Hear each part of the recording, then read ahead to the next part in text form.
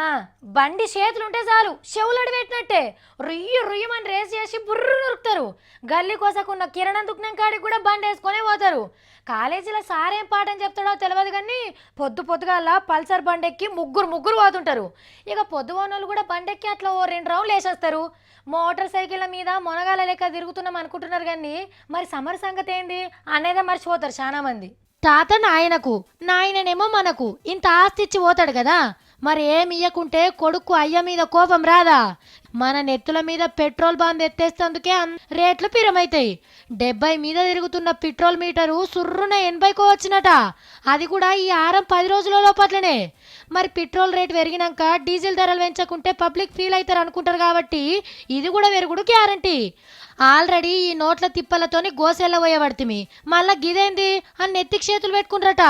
మీరు బాధవన్నంత మాత్రాన అరబ్ షేకుల గుండెలు కరగాయి. కరగాల్సింది మన సెంటర్ సర్కార్ మనసు. ట్యాక్సులు బోక్సులు కలిపి మనకు 60-70 రూపాయలకు అమ్ముతారు.